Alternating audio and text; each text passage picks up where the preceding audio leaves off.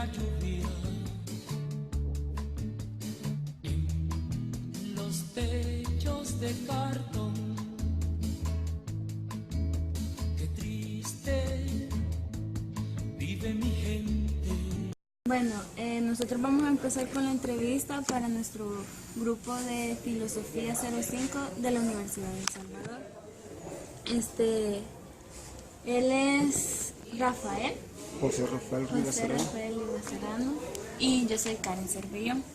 Bueno, la primera pregunta sería, ¿a quién se le considera un veterano de guerra? Muy buenos días, es un gusto primeramente identificarme. Ya hablamos de que soy José Rafael Rivas Arabia, un veterano de guerra, y en este momento vamos a responder la pregunta, ¿qué es un veterano de guerra? Bueno, nosotros a veces especificamos, enfocamos el haber sido del FMLN, un excombatiente del FMLN, o también enfatizamos lo que es un veterano de guerra de la Fuerza Armada, que es algo para nosotros algo diferente. Aunque guerra es lo mismo, tanto de un lado como de otro, pero quizás algunos aspectos cambian. Por ejemplo, nosotros éramos de tendencia revolucionaria. En cambio, un soldado que es un veterano de guerra también era por el otro lado un veterano que defendía, digamos, los intereses de un sistema y de un poder económico. Ahí es donde hacemos la diferencia entre un veterano de guerra del FMLN y un veterano de guerra de la Fuerza Armada. Bueno, sí, un veterano de guerra es un hombre o una mujer, en este caso nuestro, de que participó en ese conflicto de guerra del año 80. Pero también se le puede decir veterano de guerra a alguien que participó en otra guerra. Pero en este caso, la guerra civil nuestra de El Salvador, que inicia de manera puntual y enfáticamente el año 80 y termina el año 92. Eso es para nosotros un veterano de guerra. ¿Nos puede hablar así brevemente de cómo fue su vida antes de la guerra? Sí, prácticamente no podemos olvidar de dónde dependemos. Un joven de los años 80, que de familia campesina, nosotros le mentábamos en aquel entonces de clase pobre, porque para nosotros la guerra fue una lucha de clases, el gran poder económico contra la sociedad pobre. Bueno, y de allí decir de que también de tendencia religiosa. Es mentira de que los guerrilleros o los revolucionarios éramos ateos. La mayoría de excombatientes de la guerrilla eran cristianos, así con todo el peso histórico lo puedo decir, de diferentes iglesias. Para mí, una experiencia exquisita. Nunca creí que como cristiano podía estar sumerso en una situación de guerra. Yo, un joven que asistía a cultos evangélicos con mi papá, pero desgraciadamente la situación lo involucra a uno. La situación de la guerra en los años 80 lo hacía tener solamente 4 opciones al joven de esos años.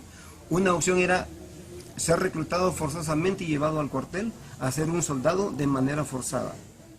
La otra opción que usted tenía era emigrar a otro país, incluyendo los Estados Unidos.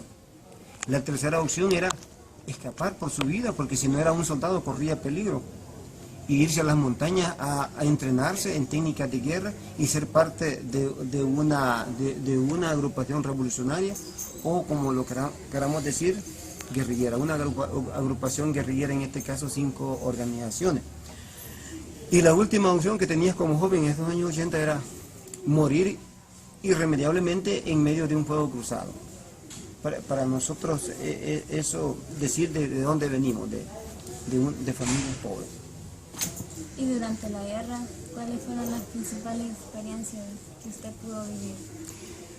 Podemos decir de que serán incontables, porque 12 años de guerra, tú vives una situación cada momento, cada día, cada semana, cada mes, o hablemos de años, en este caso 12 años, tú pudiste vivir diferentes experiencias.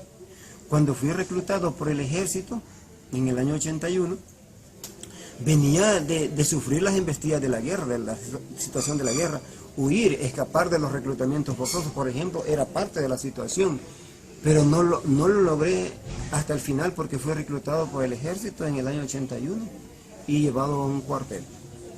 De ahí expresé mis desacuerdos con la ideología militar, no estaba de acuerdo con la represión militar en contra de la gente civil y por eso no caí bien con los altos mandos militares y fue así como un capitán me dio como que la libertad de poderme ir, pero bajo amenaza, diciéndome de que si no era un soldado yo era un traidor, no era un patriota y iba a ser asesinado por ellos. Así prácticamente la amenaza fue de manera verbal pero contundente. Te vamos a ir a sacar de la casa y te vamos a asesinar. Entonces no me quedaba otra opción como un joven pobre, irme a los Estados Unidos, no era posible para mí, tuve que emigrar a las montañas a unirme con el ejército guerrillero y demostrar que no era un traidor, sí era un patriota y un hombre porque Dios me había creado hombre desde que nací. Para responder un poco a la pregunta. Y después de la guerra, ¿a qué se dedicó o qué, cuáles fueron sus acciones después de que terminó el conflicto?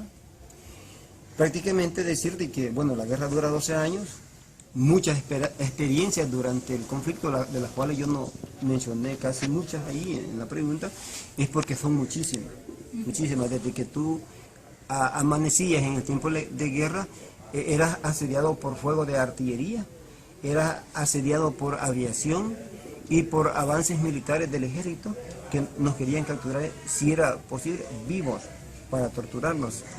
Pero los revolucionarios estábamos decididos a no ser capturados. Eso para decir un poquito de la primera pregunta. Después de que pasan los 12 años de guerra, bueno, quiero decirles que el 85% de los excombatientes revolucionarios volvieron otra vez al campo a practicar la agricultura porque éramos campesinos, éramos obreros y campesinos. Era mentira de que éramos extranjeros o éramos mercenarios como lo decía el ejército en ese entonces. Volvimos a trabajar las tierras de nuevo. En este caso, pues, mi fuerte siempre fue la agricultura. Me gusta mucho la agricultura. Y era mentira decir de que andábamos en la guerra, era porque no queríamos trabajar. Eso fue una falsedad que siempre la manejó el ejército, el alto mando militar y los aparatos de información que tenía la Fuerza Armada. Bueno, pero después de esto sabía que no me esperaba una vida tan fácil. Tuve que diversificar mis labores.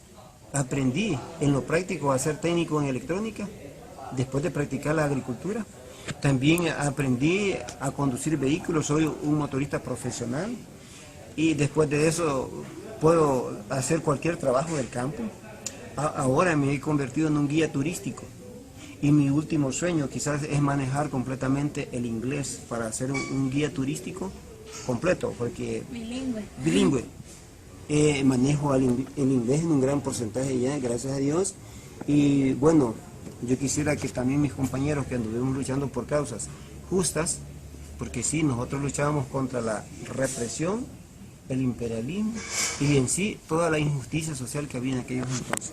Porque uno de los factores que originaron la guerra fue la enorme injusticia social que había en el país, las cuales no pudimos cambiar con los 12 años de guerra.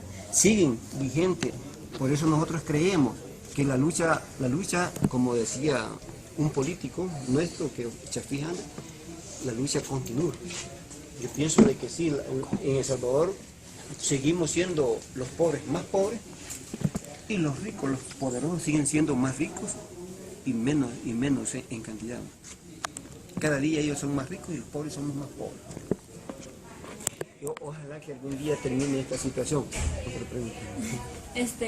¿Considera usted que de no haberse dado el conflicto hubiera sido posible para usted superarse en la manera que lo ha hecho, poder avanzar más allá de las tareas del hogar y del campo, así como estudiar bilingüe o aprender electrónica, como usted dice? Quizás hubiera tenido otra situación, por el hecho de que, bueno, si yo hubiera emigrado a los Estados Unidos, que estuviera en una situación económica superior a la que tenemos ahora.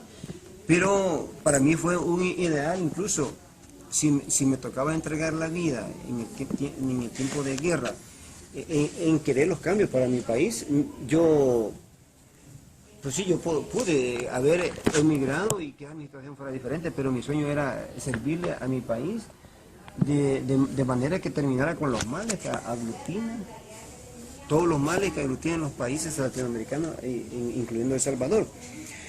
Mi vida fuera quizás mejor, pero yo pienso que aquel que se quiere superar, no importa la situación en que esté, sí puede superarse si esos son sus anhelos y sus ideales.